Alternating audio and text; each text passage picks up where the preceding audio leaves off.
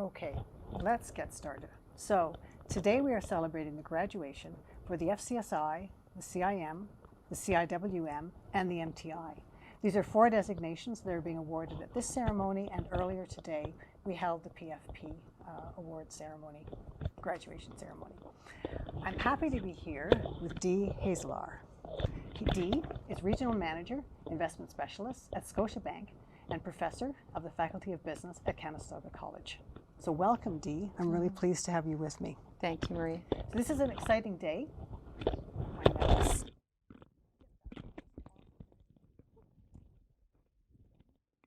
So today we are celebrating the graduation of 4 of our designations. So let me talk about each of them in terms of numbers. First of all, the FCSI.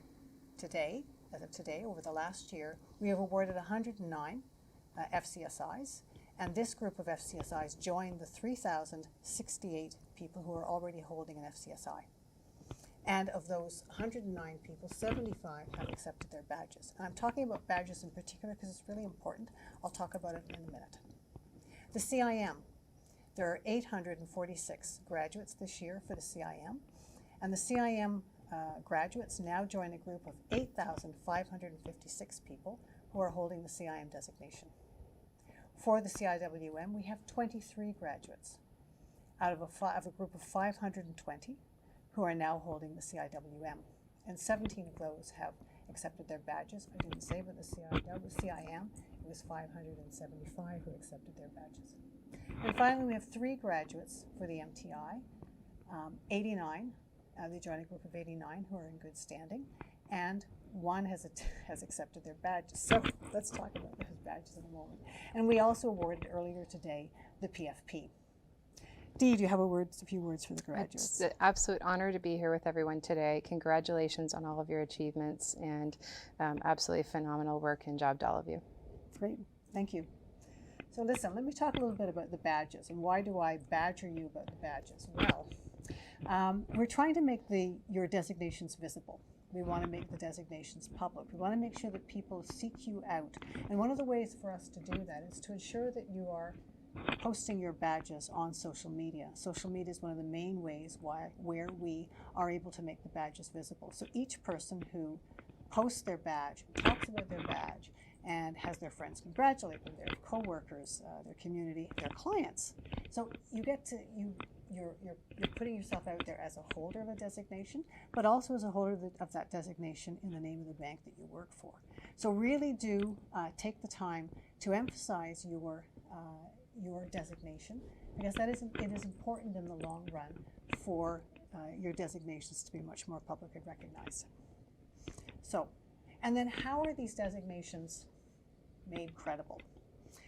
We have at CSI a governing council that oversees the FCSI, CIM, CIWM, and the MTI. And this governing council meets quarterly to talk through the situation for each of the designations, the competencies that are required. Every 5 years we review the competencies to make sure that the competencies are what should be awarded, should be included in a badge that is awarded to you in one of these designations. And they look at the exams to make sure that the exams are reflective of the kind of competency that we want to put out in the public.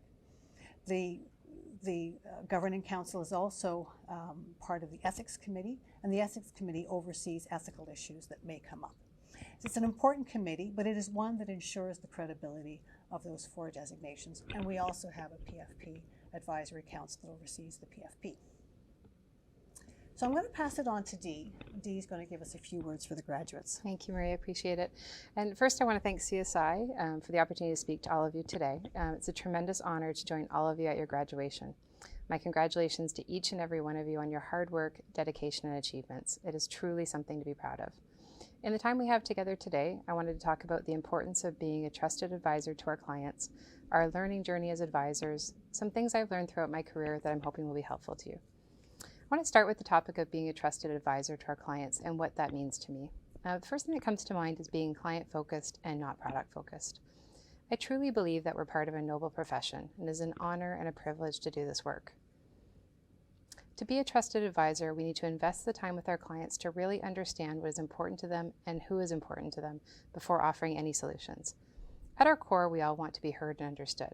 A great financial planner must possess a deep understanding of their clients' goals and aspirations. By having a process in our client meetings, asking great questions, and actively listening to gain insight into their unique financial situations, we can tailor strategies that align with our clients' needs. I mentioned having a process in our client meetings. Often our process could be simply described as discover, advise, and extend, or something very similar to that. All of the processes are very important, but for me, discovery is the key. To be the best at discovery, we need to start by asking our clients great questions. The ability to inquire thoughtfully is a skill that not only enhances our understanding, but also fosters meaningful connections and relationships with our clients. Asking great questions shows active engagement with our clients and a genuine interest in their experiences. Crafting a great discovery process with clients and asking great questions also requires a lot of practice and refinement. In a discovery meeting, I typically like to ask clients questions that are centered around their family, occupation, what they do for fun, and money. I might ask a client, what about your money keeps you up at night? What are your hobbies and interests? What type of career do you currently have? If retired, what type of career did you have? Whose lives and lifestyles are impacted by your financial decisions? With a few great questions and a genuine interest, you can learn a lot about your clients and build the foundation of a great relationship. Another piece to being a trusted advisor is having the difficult conversations. We're so lucky to be able to talk to our clients about their hopes, goals, and dreams for themselves and the people who are important to them. We're there when they make big purchases like homes, cottages, cars, boats. We're there to see their children move out, go to school, and fulfill their dreams. We also need to be there for the more challenging conversations. Perhaps it's the stages of retirement and choosing to live in a retirement home or nursing home. Perhaps it's recommending that they seek the advice of completing a will or a power of attorney. Perhaps it's talking about trimming spending. We need to be there for our clients with the great advice for the exciting and happy moments, as well as the more challenging times. They absolutely count on us to help them plan for all of the stages of their lives. I also want to talk to everyone today about continuous learning. I started my learning journey in financial services in 1998, and certainly a lot has changed since then. To stay relevant and competitive throughout my career, I had to cultivate a mindset that welcomes new information and embrace the joy of learning. You have all accomplished milestones in your learning journey by graduating with your designations. That is something to be incredibly proud of, and I encourage all of you to continue to be available for your own learning and development. Learning and development can take many forms, and having a mentor can be a key component in your learning journey. Mentors can offer a unique blend of experience, support, networking, feedback, and perspective that can contribute to your personal and professional growth. Having a mentor is like having a trusted guide on your journey. I've been lucky to have some exceptional mentors in my career. They have challenged me, motivated me, and guided me through every part of my career journey. I wish that same experience for all of you. If you do not currently have a mentor, then please seek one out. I also want to talk to everyone about some of the lessons that I've learned throughout my career, and one of the biggest lessons is to look after myself. We're part of a very busy industry that can require a lot of all of us. When I look after myself, I have more energy to give to my work and to the people I care about. Invest in activities that bring you joy and relaxation, whether it's pursuing a hobby, sport, travel, or spending time with loved ones. Make sure to pursue activities that recharge your emotional and mental well-being. Be kind to yourself. There will be times when work requires more from you and time when home requires more. Have compassion for yourself and learn the art of saying no when you need to prioritize yourself. Lastly, I would encourage all of you to give back in any way that you can. I said earlier that we belong to a noble profession. You are very accomplished, and the contributions you make can help others who might just be starting out. Please take the opportunity to volunteer, mentor others, serve on boards or committees, do some pro bono work, or be a CSI ambassador. And I want to thank all of you for the opportunity to speak to you today. It truly was an honor and a privilege. Congratulations on your graduation, and I wish you all the very best. Thank you so much, Dee. You said some really great things, and if I was to talk to the graduates myself, my opportunity here, I would talk about putting clients first. And I think everything you said was really around how do you put that client first? How do you ask the questions that you need to ask? How do you make sure that you're covering all of the dreams and hopes and some of the difficulties that your clients have, right?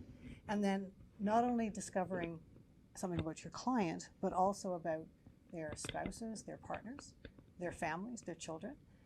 We're entering an age right now where there's a lot of wealth that's going to be passing from one generation to the other. Absolutely. And so it's really important for you to know not only your client, but also their spouse, because invariably somebody is going to survive the other, and you'll want to make sure that their financial well-being is taken care of.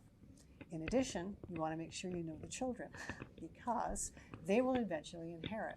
And when they inherit, they will also decide who is going to give them financial advice. And whether you're a CIM, a CIWM, an MTI, especially in that time when there's a passage of wealth like that, these are all really important.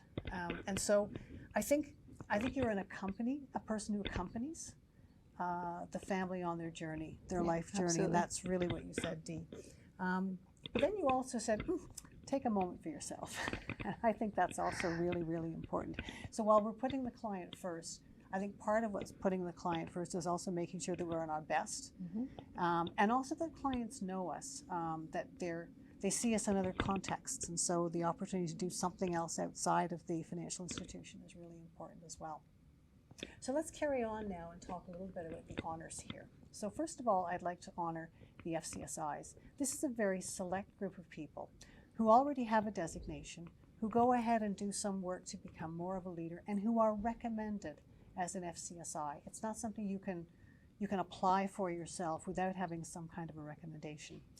Normally in these graduations we give the award for the top marks, but in the case of the FCSI, there isn't really a final exam that we mark, because it's really, the FCSI is really in and of itself an award. It says that you've reached the top.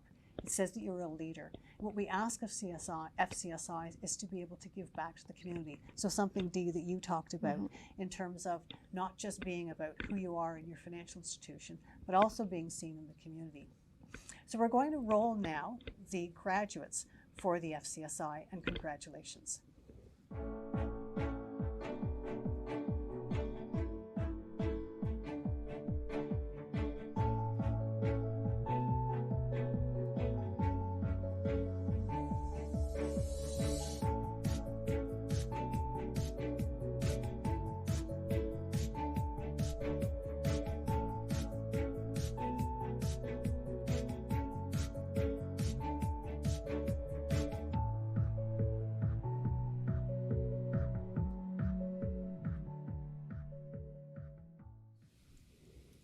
Thank you for rolling that. So there are all the graduates of the FCSI. Let me now turn to the CIM, and we're going to be rolling the names in a moment. But I wanted to talk a little bit about the CIM, because the CIM is a rather particular designation that is particularly for people who are going to do discretionary advising. And it requires courses that are fairly sophisticated, and it requires of you a certain level of knowledge to be able to deal with clients that are dealing in more high worth investments. And so the position you have is one of privilege, and one where you are entrusted with a client's future. And so that trust is really, really important to maintain. So we'll highlight the names of the graduates of the CIM in a moment, and then the other ones. But I'd like to highlight 3 people who are today being given an award as the persons who had the top 3 marks in the CIM. So they are Gaurav Saigal, Krishni Atapatu. I just want to destroy those names, and Yasser Maui.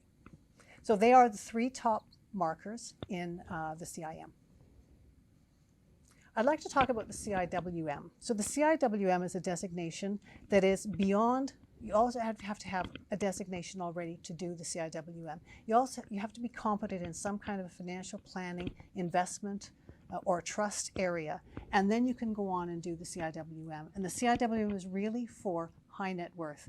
It is a very, very coveted market, and so we want to make sure that people are prepared to deal with clients at that level and understand their particular needs, as they have the privilege of having lots of money and wealth, but at the same time, they also have things that they want to do.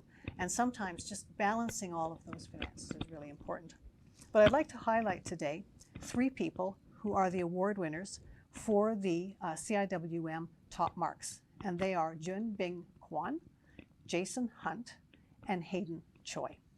So congratulations to the 3 of you. Let me talk about the MTI. So someone who's specializing in trust.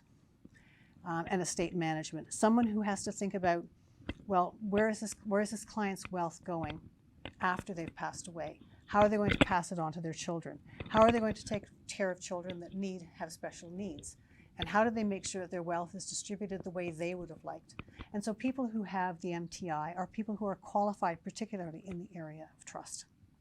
I'd like to recognize 3 people who win the Award of Excellence for the MTI. They are Folashad Adeloy, Jason Batista, and Nicole Dieters. And now, 3 of the award winners have accepted to do a testimonial to talk about the designation that they received. So I'll turn it over to Jason Choi, Fola Adeloy, and Nicole Dieters. CIWM wasn't just a designation, it was a game changer for my approach to financial planning. It provided me with a comprehensive set of tools, evaluating the quality of my plans and boosting my confidence in handling complicated financial scenarios. The value goes beyond the letters after my name. It lies in the tangible impact on the service I provide to clients. With this advanced skill set, I can confidently navigate the financial landscape, ensuring superior outcomes for my clients going forward.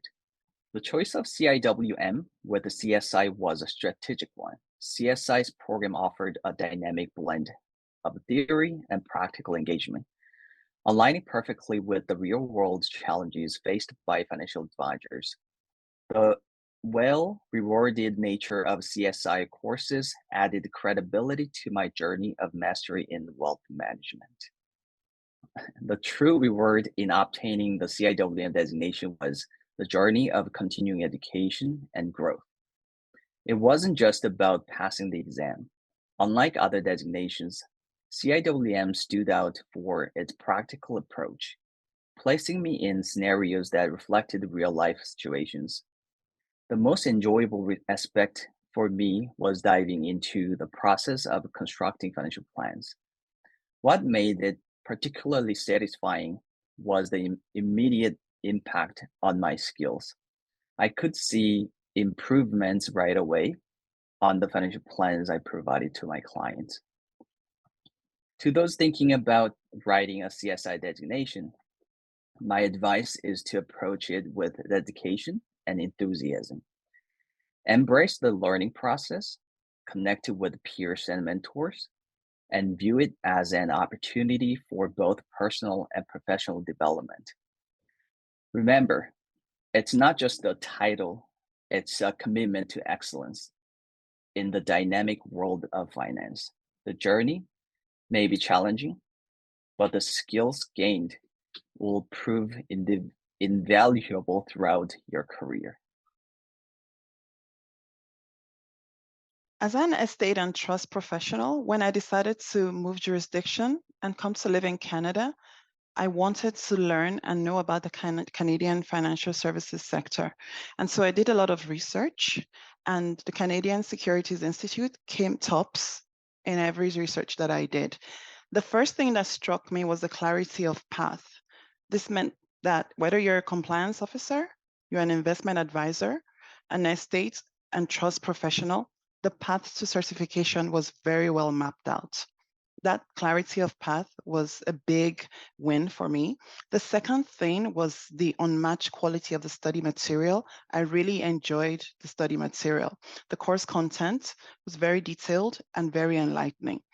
The third thing that really struck me is that at the Canadian Securities Institute, I believe every student matters.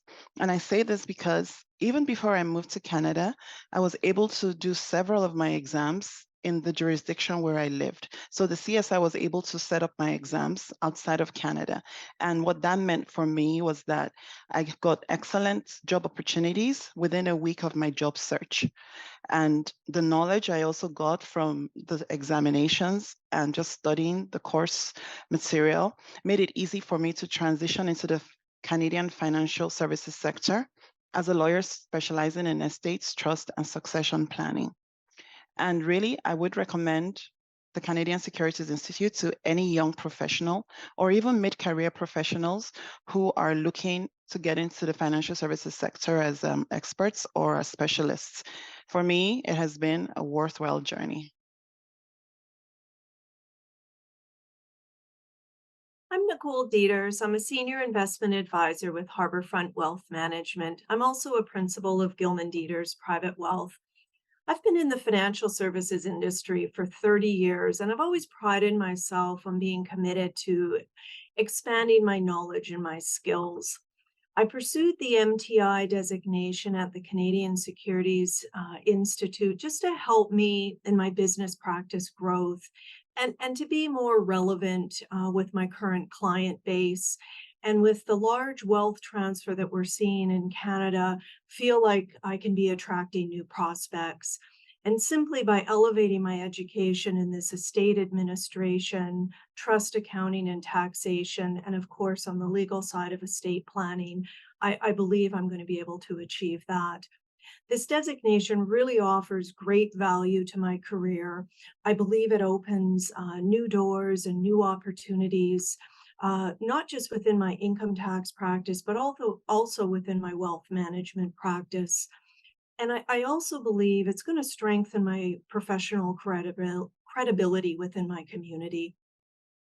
For those CSI students considering this designation, or really any other in the financial services industry, I truly believe clients are looking for qualified professionals that have a broad base of knowledge. And I really encourage you to invest in your own skills and become a lifelong learner. And really, this career is ever demanding and ever changing. And that just lets you be relevant also. Wishing you all the best.